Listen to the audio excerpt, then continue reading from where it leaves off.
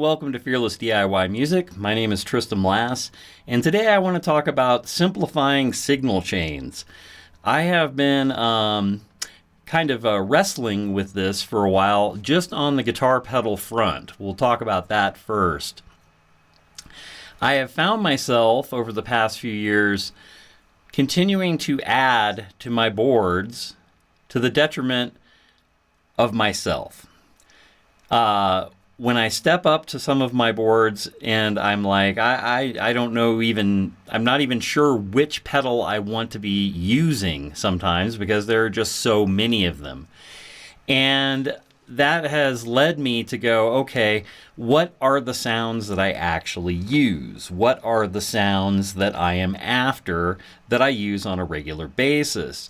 So I've been going through many iterations of my boards to reduce the number of pedals, simplifying the signal chains, stacking, time-based pedals differently, definitely working on my gain stages a lot, and trying to reduce the number of modulation pedals that I have. Sometimes I go a bit nuts and I think, okay, well, I'm going to have two phasers on my board because one's going to be set slow and one's going to be set fast, and on and on and on. And I think that I reached a point about 6 months ago where I realized that it just wasn't working for me anymore. And I've begun to simplify, using fewer things that sound, and using better sounding things, using less of them, and just really trying to focus on what are the sounds that are fundamental to me. And I think that this happens to a lot of players. I see, I surf around just like all of you do, and I look and I see all these great, players, and I see their boards, and I watch Rig Rundown, and there's 35 pedals at play, along with digital effects units that are perhaps remote with a controller. And I get that if you're an artist who's on tour, playing material across the span of an entire career. You have, let's pretend like you're a band like, let's say, Primus. And because I watched Larry Lalonde's Rig Rundown not too long ago. And you got to figure, Primus has had a long career, lots of bizarre tones on all those different albums. And he requires, a crazy amount of pedals to recreate the sounds that he made on those albums for the live show, because their live show spans their entire career. I understand that. But in the moment, for most of us who are players of the electric guitar, we only need a relatively small arsenal of tones. Unless you're in some sort of cover band that's doing, or your own band with originals that demand a lot of different tones across a wide spectrum in a short period of time, then yes, you may need a giant pedal board. But I think that most of us can get by with less than what we have. And it will probably be better for us because there's less in the way of the playing. You focus more on your hands and the guitar and the amp rather than an endless array of pedals. And this is just, I'm talking about pedals to begin with because that's kind of where my whole thinking about simplifying signal chains has arisen over the past few months. So I've been, reducing down my boards where I would have two distortion pedals, a gain pedal, a boost pedal, and a fuzz pedal. Now I'm down to a boost and a gain, and then using the dirt inside whatever amplifier I am happen to be playing through at the time.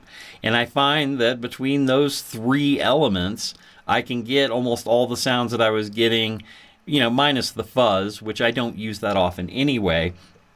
I can now get almost all the tones that I could ever want just using a boost and a gain together. The gain hits the boost, it turns it more into a distortion. If I run, and then if I turn on the dirty channel on my amp, along with those two things on, or different permutations thereof, I can get almost every tone that I could ever want. And then the same thing with modulation and time-based effects. I mean, sometimes I like to stack delays, but I'm beginning to realize more and more that I just really need to focus on making the one sound better. And the same with modulation. Sometimes I'm like, oh, a flanger and a chorus sound great together. Maybe it would be better just to use one or the other, and maybe take one off the board altogether. So that's just discussing, guitar pedals. I think that they can get out of hand, and sometimes we all need to step back. And if your board is getting big, or if you're like, I got a new pedal and I don't know where to put it because nothing can come off my board, well, there always is something that can come off your board. And I know that we all have pedals that we only hit every once in a blue moon. Maybe those don't need to live on the board. In addition to that, also just thinking about, signal chain in general. Like here in the studio, I've really been focused on, okay, I've got my microphone going into a decent preamp right into my interface. Do I need anything else? No, I don't. Trying to cut down on cable runs and just keeping things neat and organized. It's a constant battle, but it all starts with signal chain. What do you actually need to be using to either create or capture the sounds that you wish to, preserve for posterity? A little tongue-tied there for a second. But anyway, I think that it's something that all of us should reflect upon and think about. How can we simplify our signal chains? Another exercise I've been doing lately is that I'll just take an instrument and a cable and whatever, amplifier or interface or preamp I'm going to be using, and just running straight in and getting the best possible sound right then and there, rather than adding a bunch of, effects or processing, either front or back, and just trying to really capture good room sounds and also good in the box sounds. I mean, you can run things DI and get really good results and use virtually, very little equipment. And if your intentions are right and you have practiced and the sound is good from whatever it is that is generating the sound, then you're in.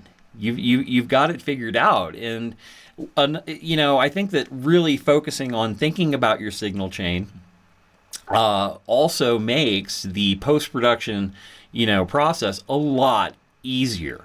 Because if the sounds are good and they're simple and they're solid right from the get-go without a bunch of garbage in the way, when you go to mix and render or produce, or whatever it is, be it a video, be it audio, be it artwork, whatever, if the material is solid and it's been done in a very intentional way, your end result is going to be so much easier to produce. Because when you're, mixing something down that was right to begin with and doesn't have a bunch, you may change your mind when you're, mixing something and go, wow, I didn't want flanger on that.